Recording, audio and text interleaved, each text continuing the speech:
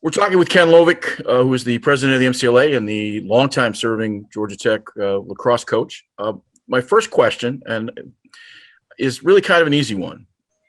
There was a long time standing thought that, the MCLA, and I'm going back a decade, that the MCLA was sort of, pushing on the doors. Michigan had great club teams in the day. And there was this idea that there was always this discussion that maybe there were a few teams that could play at the highest level of NCAA lacrosse. And that really has dissipated. I think it's just another great place to play lacrosse for a high school student looking for college, looking at academics first, because we know that professional lacrosse players, with maybe the exception of 5 guys, don't make a living at it like they make the other sports. So my question is very simple.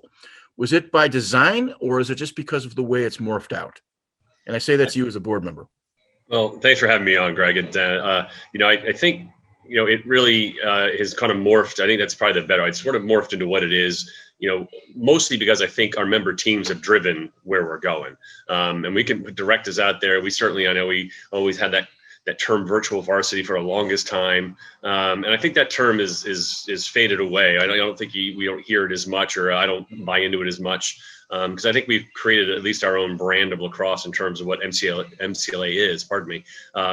And like you said, it's a great opportunity at some wonderful academic institutions across America, and in Canada, for that matter. Sorry, and we're very lucky to have what we have. I think there were some goals early on because we had some really strong, sort of top 5, top 10 teams that maybe thought that image of varsity lacrosse was sort of what they wanted and what they were trying to get into. And obviously a few have made that move. I mean, you look at the Utahs, the Michigans that have made that jump into the varsity world. And, I'm not saying the NCAA was a springboard for that. I think they had that's an athletic issue they had to make on their own campus, and having a good MCLA program doesn't hurt, but I don't think that's the impetus of why, a team is going to become varsity anytime soon. And so I think, over the last, 10 years or so, we've really just kind of embraced ourselves and realizing that, we have a great organization, a great membership, some great leaders, some great volunteers that have really helped build the brand of MCLA lacrosse. And we're certainly proud of it, and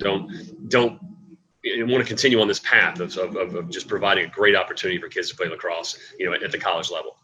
Brian Holman, who's the head coach at Utah, we interviewed him, and he'd won a national championship at North Carolina, went to Utah as an MCLA coach. And one of the things we talked about was all of a sudden he realized when he was talking to his team, when they got later part of the season, he had to coach his club team no different than they were coaching the kids at North Carolina. And of course, by the next year, they had an NCAA program. But the idea in his brain, having been at the NCAA level, these were just young men learning to want to play lacrosse. And they didn't really change their approach. And he's kind of hopefully building a monster out there in Utah. And it's sort of the same aspect moving forward. So I think it's just a great place for kids to think about going to school first and playing lacrosse second. And they're going to get, much more life experience than they normally would if they went to the varsity world. I mean, a lot of stuff in the varsity world is catered for them, provided to them, whether it be tutors, whether it be, the way they handle their travel, things like that. And even their coaches, they don't have to deal with that.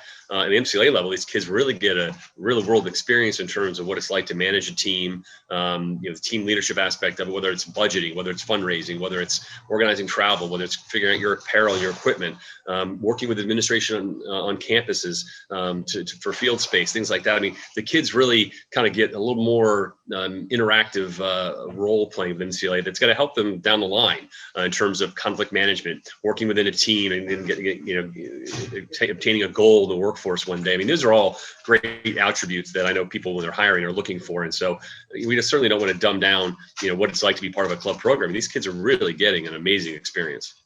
The other thing I think that it's important for folks to know is that the NCAA organizational parity is they have athletic directors and SIDs. You have programs like Georgia Tech, like what Michigan used to be, Utah, some of the other programs that are run by very high velocity and a very high varsity sense. You've also got teams that are run by, I know in your league you have to have a coach, but there's the budget differences between the top teams and sort of the teams financially at the bottom. There's a huge disparity where that's not true in the NCAA, and that changes the landscape a little bit. It does, and I think that's kind of where you want to vision your program. I think as much as I am proud of what the NCAA has become and what it is due to the hard work of all of our member teams. I mean, it's still a matter of what is their goal, what is the school's goal.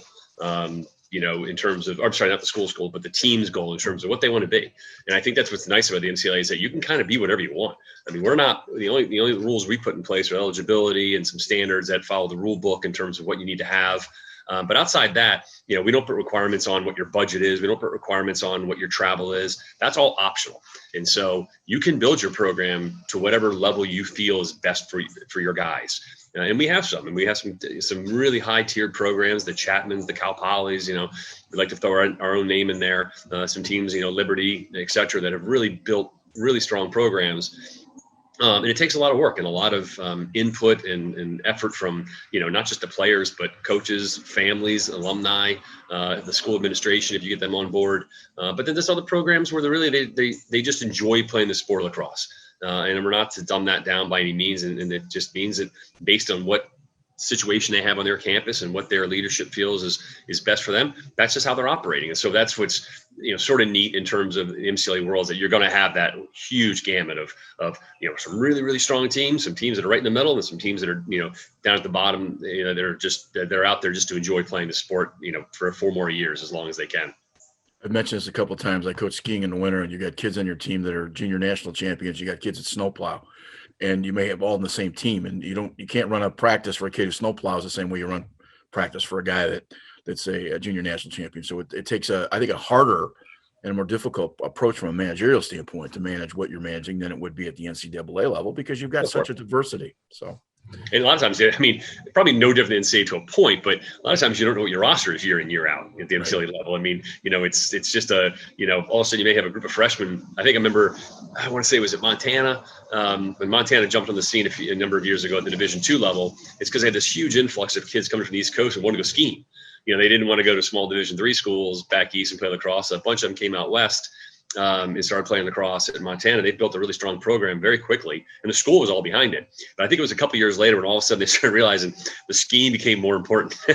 And so not all those kids were coming east for playing lacrosse for 1 or 2 years. Then you never saw them again because the snow just kept attracting them, not to play upon your playing with a snow plow and regular skiers. But it was just funny. I remember that program, and that happens in NCAA where there may be a group or a class of kids that come through and they really lead a strong competitive program. But when they leave, if there's no leadership put in place, or if you're in a remote area where recruiting is really tough, sometimes that program can take a little bit of a dip.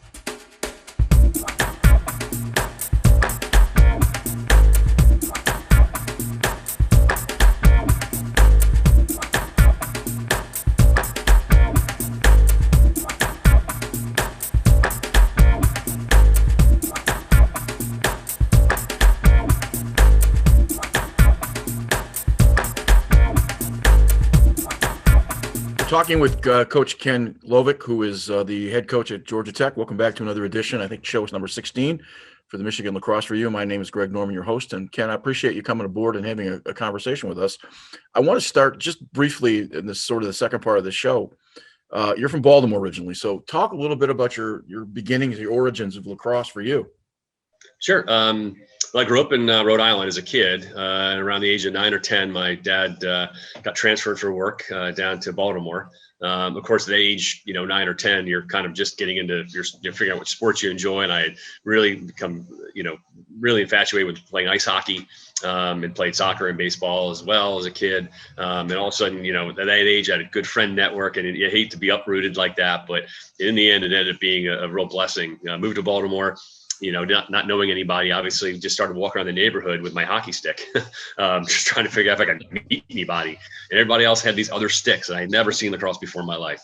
And met some good kids in the neighborhood. Bob Wright, long good time friend of mine who still coaches at Loyola Blakefield, played at Salisbury and at Towson University or Towson State back in the day. He introduced me to sport, got me kind of hooked on it. And then Jeannie Baracco, who's actually the current head coach at Loyola Blakefield, who played at Loyola College, grew up in our neighborhood because his dad was the local hockey coach at the time for the I'm going to blank on the name, Baltimore Skipjacks, I believe, or something like that. Or he was coached at Pittsburgh Penguins for a while too. But all of us kind of the neighborhood thing, kind of, the friendship thing bonded that way when all of a sudden everyone was playing lacrosse in the neighborhood. So that's kind of how I learned it.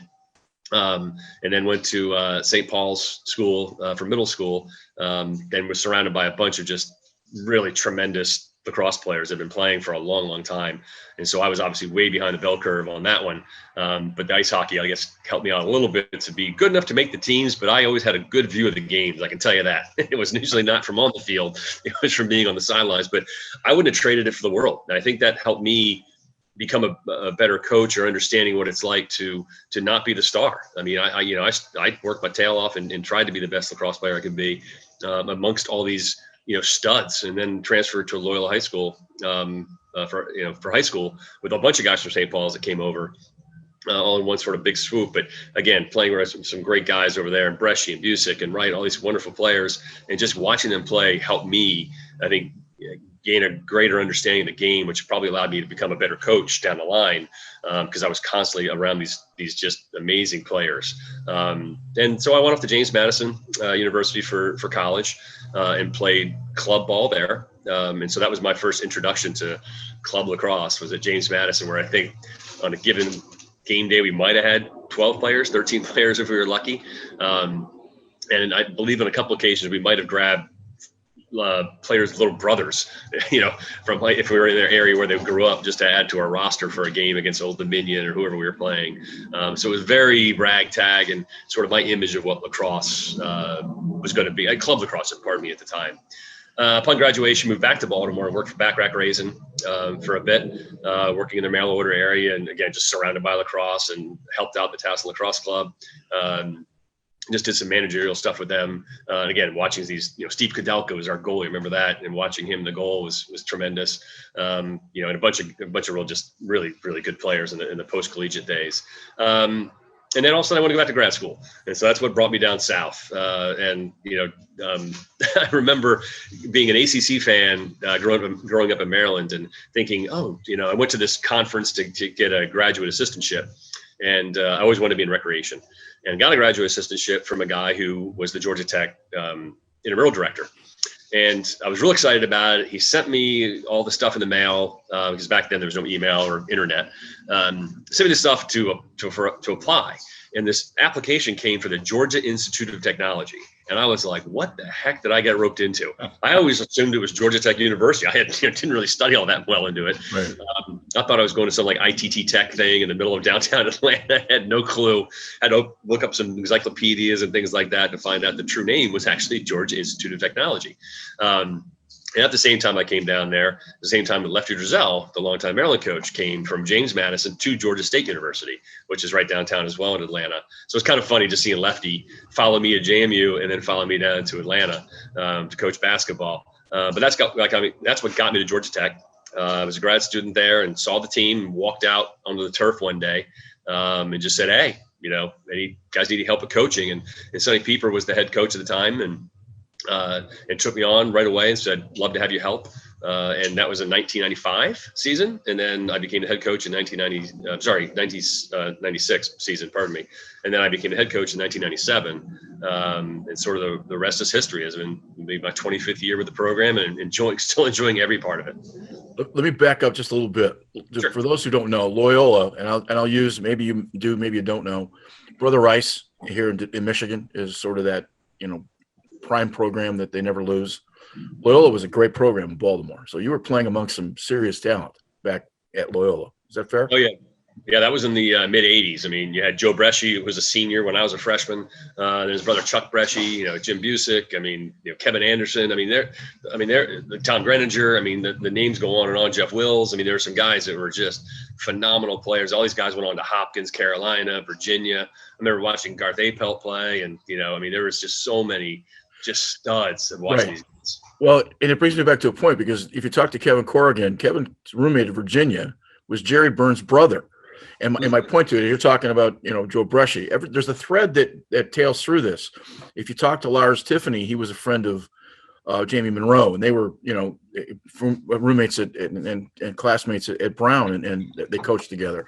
There's just this world that I can't call up. If this was a golf show, I couldn't call up Tiger Woods, but I'm able to call up. It's just a different kind of process, and there's that thread.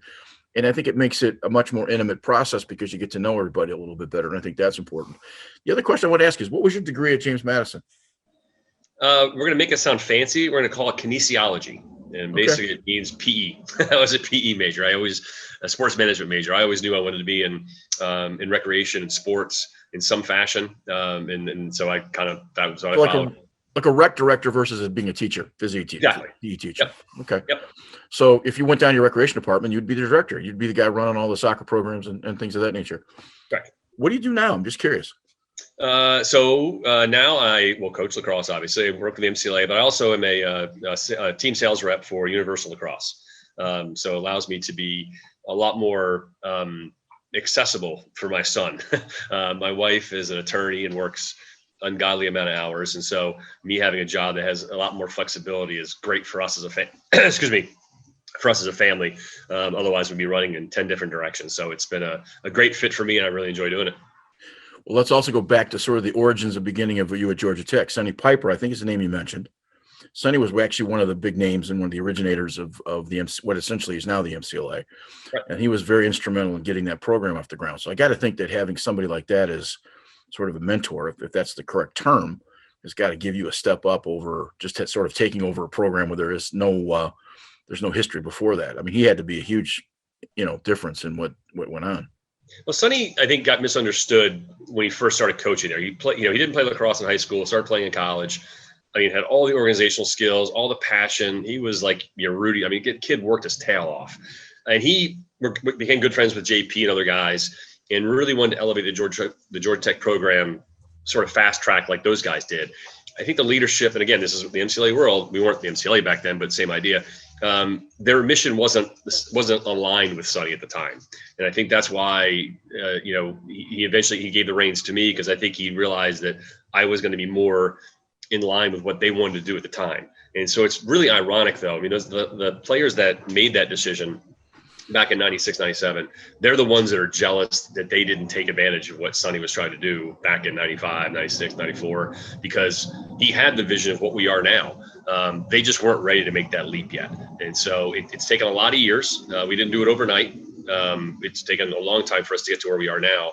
But those alumni that got me involved first with the program are very jealous. I mean, they see again, a lot of it's cosmetic stuff, like, the uniforms or the, whatever equipment the kids are wearing, or a charter bus as opposed to 15 passenger vans. But really, it's more of the organization in terms of what the recruiting is like, in terms of how we get our players, the off-field stuff, which is the stuff that really was in their hands as students. And I think that's why they really wanted to take the easy road at the time. And so they look back and are, missed that opportunity with Sonny, but really are proud that they, are alumni of where Georgia Tech lacrosse is now. Let's talk a little bit about your taking over Georgia Tech and maybe their tenure there. Is it when you approached it? The fact is, in an MCLA program or any club team, to some extent, the inmates run the asylum, and I say that from the standpoint that it's not like if you get enough disgruntled players on your team, they go to the board, coach is gone. That's not true in almost any other professional coaching position. So was that in the back of your mind when you started? And maybe talk us a little bit about how you built culture and what you built Georgia Tech into, which is certainly a national power at the MCLA level. Yeah, it's a great question, because I get that asked a lot, and really I don't think it's anything I've done. I think I've just been lucky that I've got really, really good kids. I mean, these kids are incredibly intelligent. They're very self-motivated. I mean, you have to be a Georgia Tech student. I mean, just the admissions process, then just the academics. Once you're in the school, you can't be lazy, and you can't sit back and just kind of lollygag. I mean, you have to be a driven individual. And so my job was just to make sure I set the path, I guess, right with them in terms of where we were going.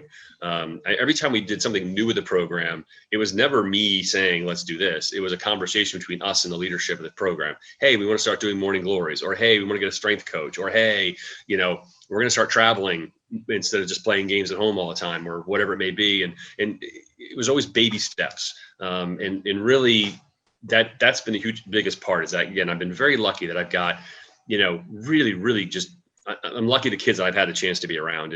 And I've had many phone calls over the years.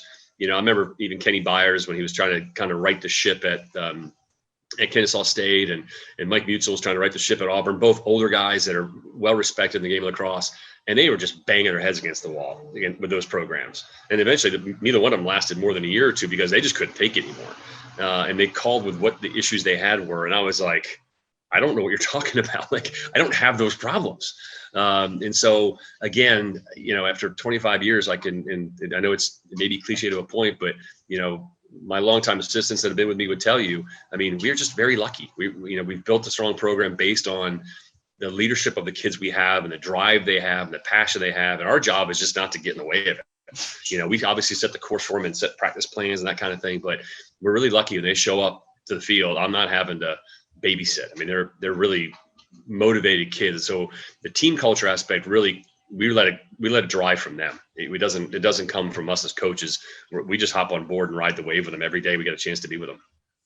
Appreciate your being humble, and I've been around this game a while, and I'll just leave it at that. Culture doesn't drive because people are lucky. Culture drives because somebody's driving the bus, and I'll just make an editorial comment of that. And if you just recently, I believe, were inducted into what Hall of Fame was it you were inducted to? SDLC Hall of Fame. Those kind of things don't happen by themselves. I mean, they don't happen in a vacuum either. I get that point, but so I guess my simple question is, was developing that culture at least in the back of your mind as part of that process? Yeah, I mean, and that's a good way of looking. I think, again, the culture we've always put in our program is that it's going to be the team first. And again, that's an old saying for everything, but our kids have always bought into that. And maybe that's what I'm saying by that. We've been very lucky that I haven't had to worry about prima donnas. I haven't had to worry about, ego issues because these kids are very level-headed. They just are, and they love solving problems. I mean, they're engineers. They love anything they can tackle that's going to be an issue, whether it's, how are we going to become a better program? What does it take to become a better program? We're tired of losing, coach. What does it take? And again, that means you got to get the alumni involved with recruiting and fundraising and everything we have to do to become a more powerful program. And so, the culture for us has always been, it's going to be, it goes back always with the team or the family first. And as long as you have that mindset and you understand that the day you step on the field, we're going to be good. We're not going to have any problems, and it just drives itself. Well, being in a school that's geared in engineering, every engineer I've ever met wants to build a new wheel. So did you maybe have the other side of that where you had, really intelligent guys maybe overthinking some things from time to time because they were engineers? Oh, yeah. I mean, EJ. Nature of the beast. Yeah. Coach Freeman, who's been with me for a while now. It is funny. We'll go out there and we kind of always every fall try to assess the talent and figure out, what's our offense going to look like? What's our defense going to look like? Every year is a blank piece of paper in terms of trying to figure out, who we're going to be. And so, it's funny. They do challenge us in terms of why are we doing this? I think there's a better way of doing that. And sometimes you kind of have to remind them that, we're the ones looking from the outside in. They're the ones looking from the inside out. So, you got to trust the process, and they do. But it is funny how many times we get questions from these kids, about why we're doing this or why we're doing that. Is there a better way of doing it? Because again, they're always trying to find, like you said, a better way of doing it. And we like that challenge. I mean, trust me, we enjoy that as coaches because it keeps us on our toes. Because I think, many years ago, we used to get locked into we're going to do this is how we're going to do it. This is everything we're going to be is just like this. And we realized over time that we have to, it's got to be a constantly moving piece because, again, each year you don't know who you're going to have. You don't know what injuries you may face. You don't know what kid may transfer out or transfer in, who has academic issues, who may not have academic, who's going to be abroad. And so we started learning that we had to clean that plate, clean that sheet every year and start figuring out with each new team, what is our identity going to be and what are we going to have to figure out? And so having smart kids makes that a little bit easier for us, I have to admit. Yeah, it's a tough mix of trying to move it all together. How important is it let me back up. You've had some success at Georgia Tech. Have there been offers to go to the NCAA? Have there been offers to go other places? For the program? No. For you? No. I think Coach Freeman and I both, were tempted by it, maybe 10 years ago or so, but started realizing this is a great opportunity here. I mean, it really is. I mean, I know Emory chased after us a number of years ago with a big dollar sign. And, we weren't even that great of a program back then. But I think they just wanted someone who's going to be committed and was here. But it's really a great gig. I mean, it's a great university, great school. We have some great players, like I mentioned, because we see the other side of the fence sometimes. I hear the stories and I talk to the coaches and I just go, I don't know if I want that, even high school wise. I mean, I've been chased by a couple high schools here that, again, throw big dollar signs at you. But in the end, I go, that's just an environment. I really, really enjoy the college age kid. I mean, I really enjoy the fact that I mean, 18 to 22-year-old kids who are mature enough to handle their own stuff, stay organized, be on time, be competitive. And I don't have to worry about mom and dad.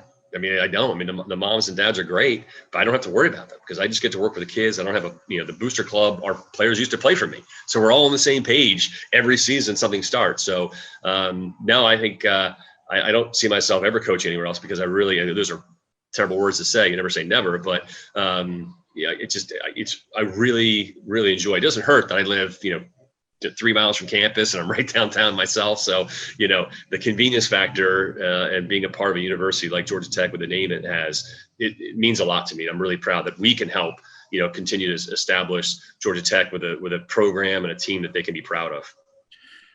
Completely unrelated, near the stadium, there's a drive-through restaurant, and I want to say it's on the southeast side of the stadium that has probably the best hamburger I've ever eaten in my life, with the exception maybe In-N-Out Burger out west.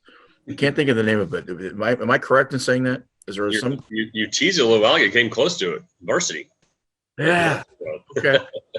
Is that not the best place to eat possible if you're in Atlanta? I mean, it's an unbelievable place. I'm not sure.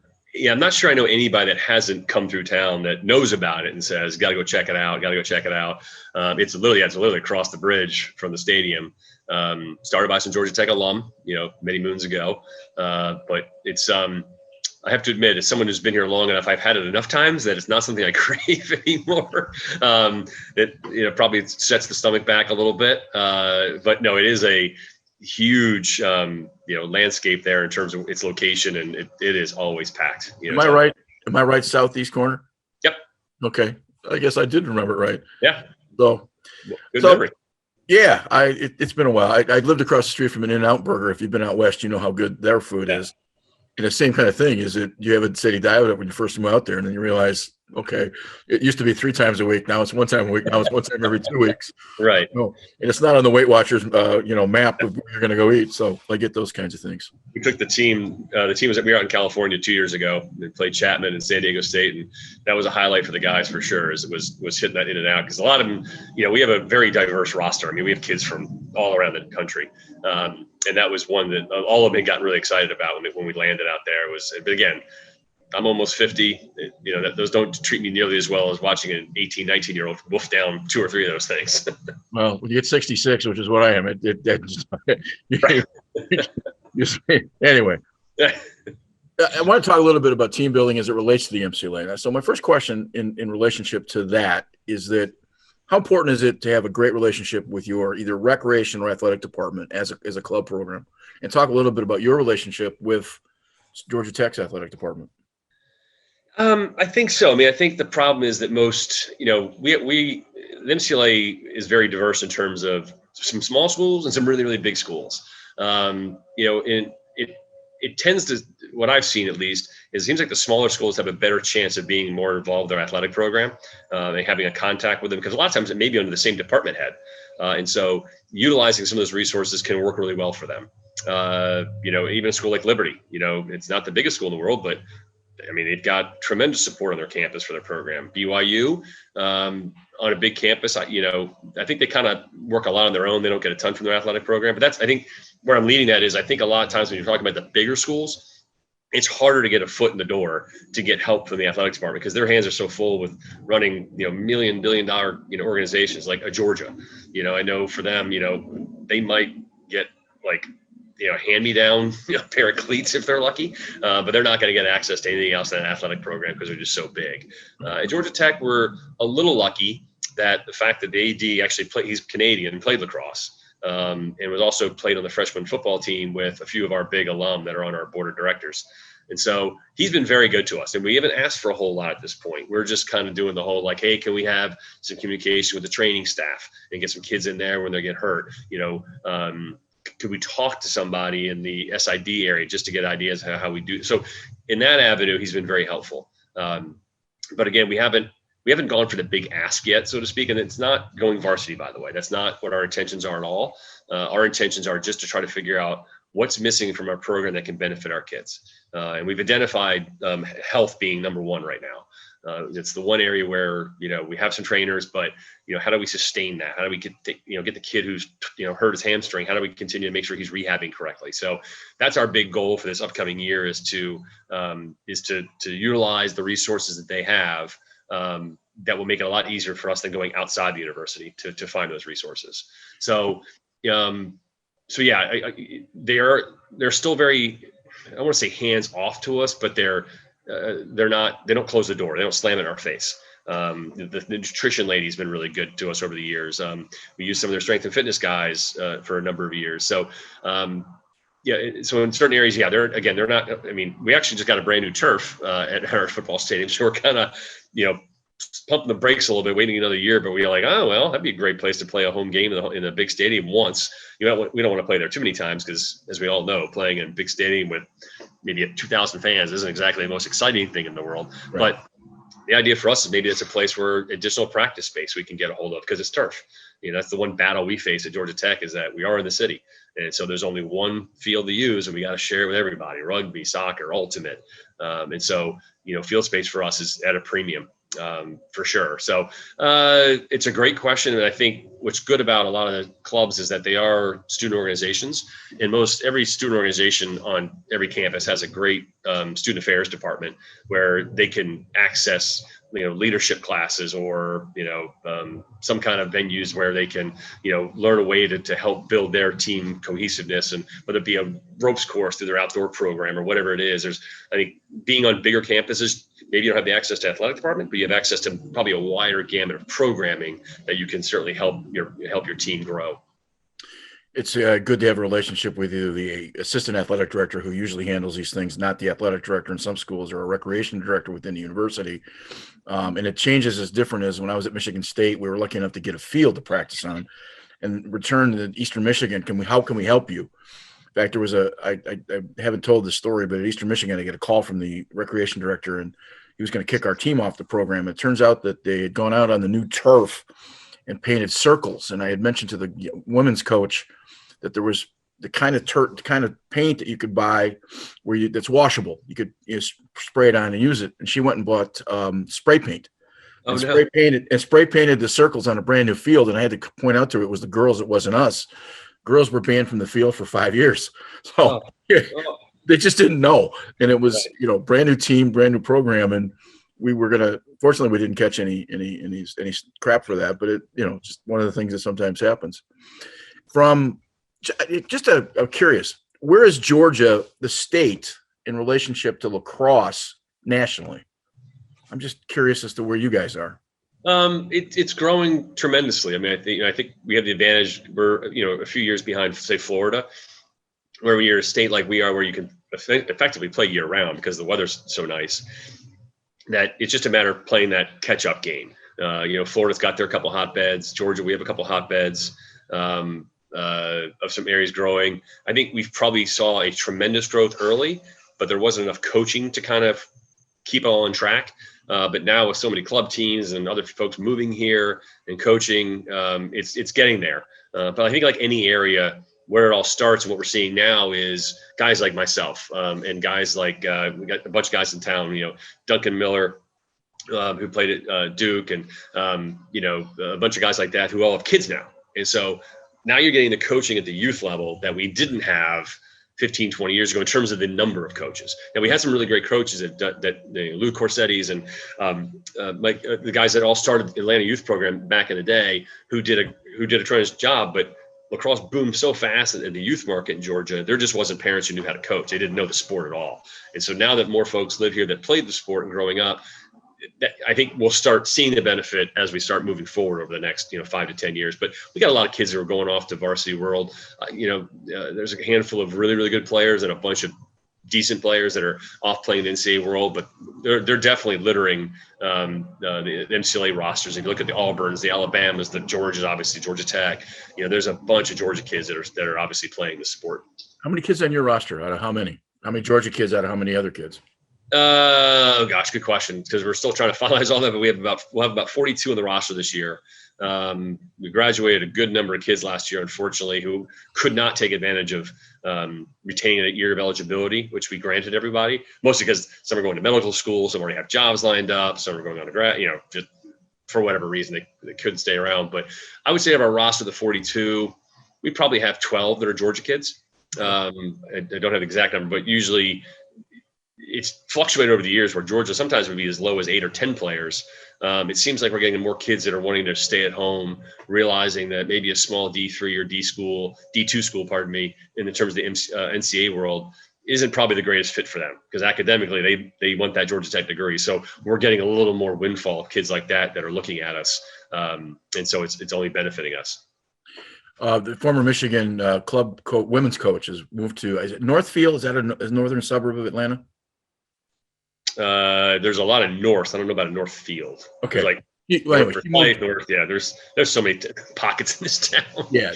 They'd moved to northern Atlanta. And okay. That's where everything is up in Forsyth County. Yeah. And all north of here, it's just booming lacrosse up there. She now has the second largest youth program in the state that she'd started 2 years ago, where she's got daughters that are now, I think, 9 and 10. Wow. Just kind of as it grew, and she's kind of been giving me the landscape. Sometimes they've got to go to South Atlanta and the southern part of Atlanta to play other teams. Otherwise, they play the same group of teams all the time. And she said it seems it's just growing, crazy. Yeah, it is very much the youth level is still continuously growing. I think the biggest challenge is finding the qualified folks that can coach the game. It's not to say you couldn't teach someone how to do it. I think there's a lot of that going on with clinics and whatnot. But that's probably the biggest thing that's held Georgia back is just having that entry level of coaching to get these kids started off on the right foot. Let me talk a little briefly about the MCLA. How many teams currently are in the MCLA? Good question, because it's going to keep changing, unfortunately. All right, better question. When we all left the pandemic last year, how many teams you guys have, roughly? We were in the 180s. Okay. Now that's let me just a little history. Is it about 15 years ago you left USL? Am I correct? Correct. So you kind of broke off on your reason. There's been all kinds of, it was for financial reasons that you go your own path. They went in that direction. I noticed lately, and that's just a side note, I've noticed lately that USL is really, we had a chance to talk to Steve Stenderson on the show, and the relationship between USL and MCLA now is certainly better than it was 15 years ago. Very strong. I mean, we it was time for us to spread our wings. I mean, this is, JP was the president at the time, Jason Lamb was still involved, and it was, our relationship was never anything bad about USL. It was more, we want to control ourselves. I mean, right. It's no different than what every MCLA team is. We didn't want someone else telling us what to do. Right. And so it wasn't like USL was telling us what to do. It was just our vision of where we wanted to move our organization was they weren't equipped to do that. And so we really needed to bring it into our own fold and really start, pumping it up a little bit.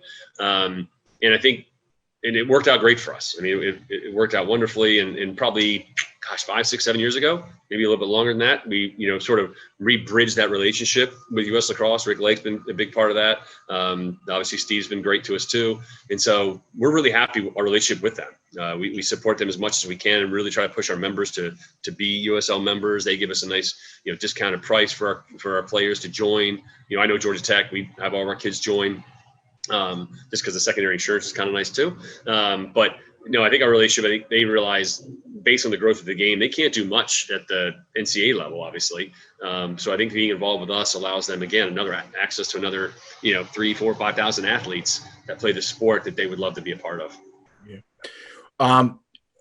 7, 8 years ago, you kind of came up with a brand new website, kind of made a right-hand turn to be, I don't want to say more professional, but certainly made a cultural change in the way you operated. Costs also went up. Did you guys lose teams at that point because of the cost? And I say that because the Nickel League, which is sort of a secondary cousin, has gotten bigger because of that. Maybe talk a little bit about that? Well, actually, our dues have not raised at all since we started the NCAA 15 years ago. It's still been $2,000 a team, have not raised it or lowered it in that time frame. So Mike Anala, who's our treasurer, just did a nice job of always creating sort of a rainy day fund and reserve for us, knowing that someday and somehow we might need it. And obviously we needed it a few years back when we decided to go on our own and rebuild a new website. Same thing goes with like this year. I mean, we're trying to figure out what our national tournament's going to look like, if we're even going to have it. And so having reserves in place is allowing us not to collect dues currently at all until we know what the spring is going to bring us. And so Mike does a great job with our money and making sure that we're, staying on track and always have that reserve available to us if need be. And so having him on we have so many amazing volunteers that are a part of our organization, and Mike is clearly one of them.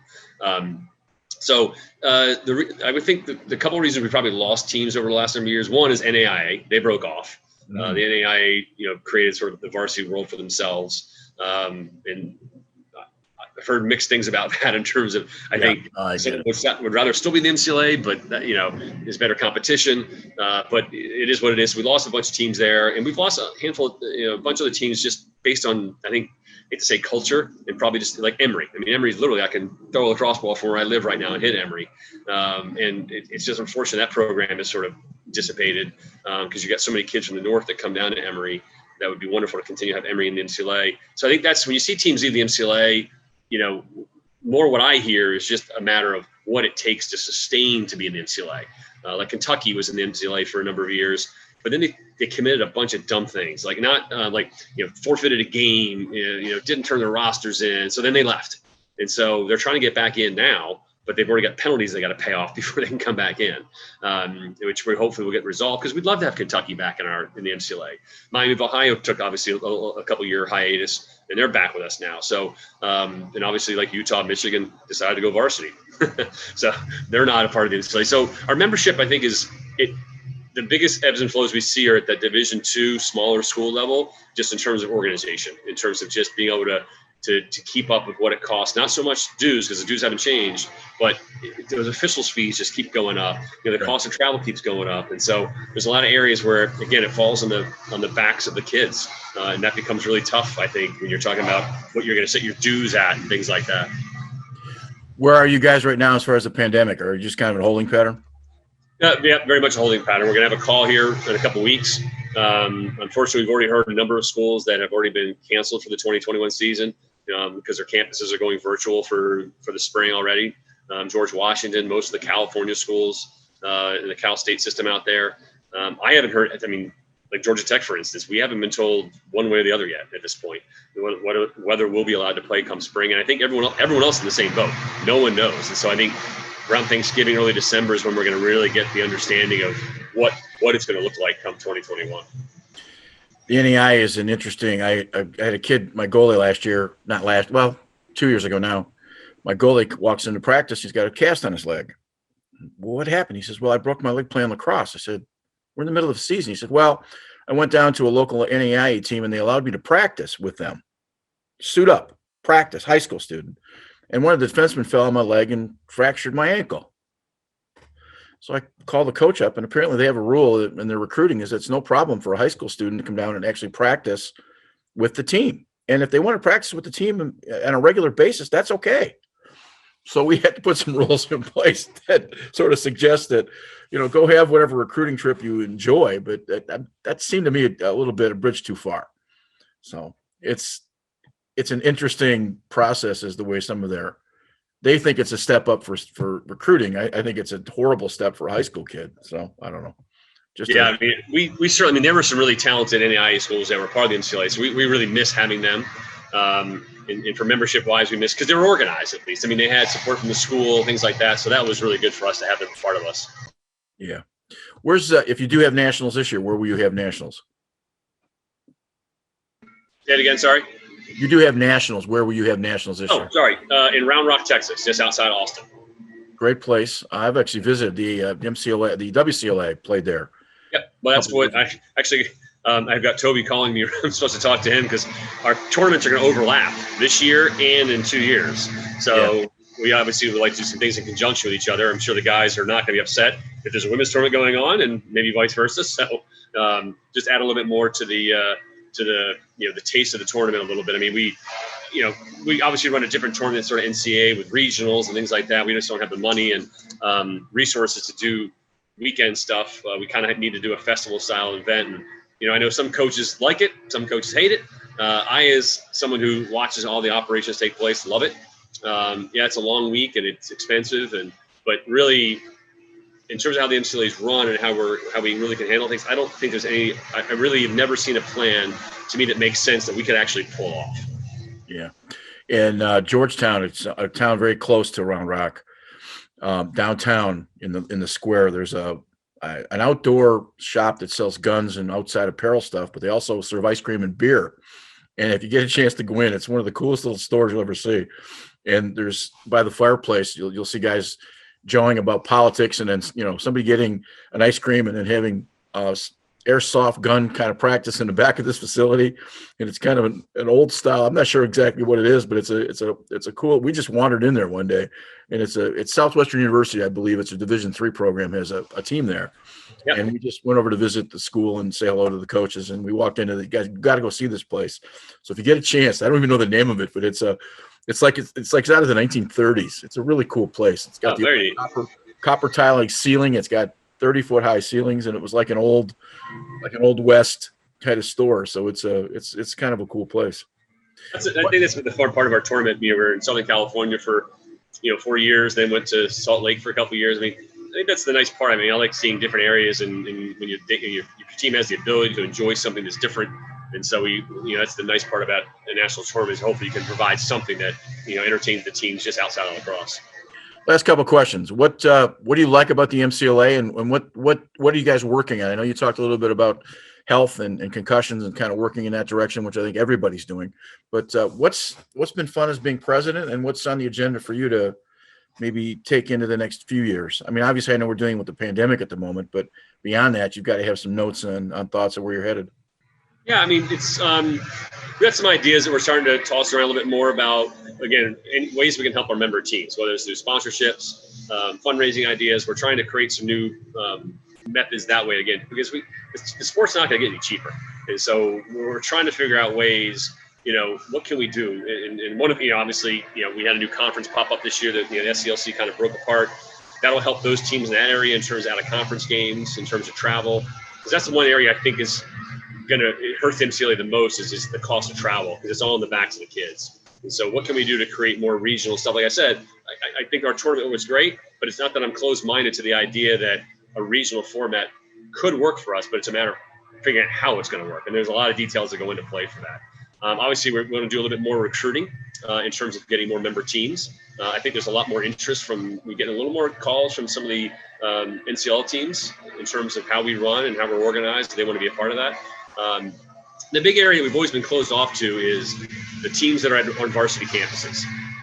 We've always said if you have a varsity team on your campus, you can't have a team in the MCLA. And that was sort of always a gentleman's agreement we had with the NCAA coaches, so that we didn't look as like a threat to them. If the AD saw a really good MCLA program, why is he funding an NCAA program? And I'm over that myself. I think there's so many really good NCAA program teams, like a Utah. A Denver. You got UVA, UNC. I'm not saying all these teams have asked for membership, but a lot of those teams out west that their teams have gone varsity would love to be a part of the NCAA. We got a call from Denver every year, just desperate for us to change the rules. But now you have Utah nearby. Obviously, you got Michigan up north. There's a lot more opportunity, I think, for us to maybe consider getting those teams involved with us. We need to get over that old mindset, because these guys are quality teams, and that's what we want. We're not fishing for bottom barrel. We want teams that understand what the NCAA sort of requires of you, and that you're excited to be a part of it. So that's probably on our bigger scale of things, is trying to figure out how we can maybe gain a little more membership, not just to have numbers, but just to sort of increase the competitive level of what we are. Cool. The other thing we're got to work on a little bit too is some geographics. We have some geographical issues we need to tackle. We have some teams that are kind of in the middle of nowhere, which really kind of makes it, unfortunately, like a Pittsburgh team. It's sort of in the middle of nowhere. There's really not a lot around them. Temple's another one. They just joined last year up in Philly. Again, there's really not a lot of teams near Philly. That's one area in the Mid-Atlantic we just don't have a lot of coverage in MCLA. So we got some areas that we're going to probably talk a little bit more about in terms of some geographic, I'm not going to say lines, but how we're going to sort of encourage teams to move that makes more sense to fill in, which makes more sense for them in terms of where they want to be and help them financially instead of having to make them drive hours and hours and hours. I'm the Oakland University's men's coach, and we had to pull out because just the way it developed. We actually had to shut it down for a year. We were almost ready to go last year. We got to Ohio, played some teams, and the pandemic shut us down.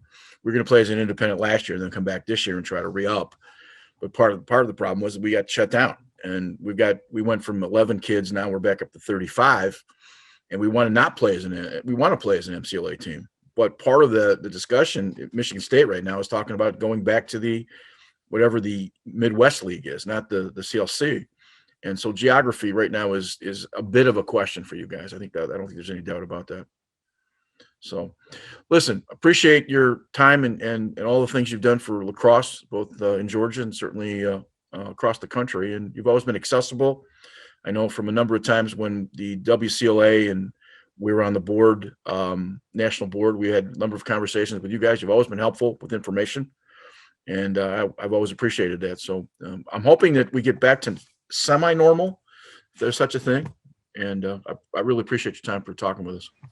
Thank you, Greg. I mean, obviously you've done a lot for the sport and many more levels than I have. I've sort of stuck in one lane, and I appreciate the fact that there's so many folks like yourself that are out there doing so many great things for lacrosse, and please keep it up, and always happy to chat and love that you're adding more stuff to your repertoire of ways to keep growing this great game of ours. And thanks.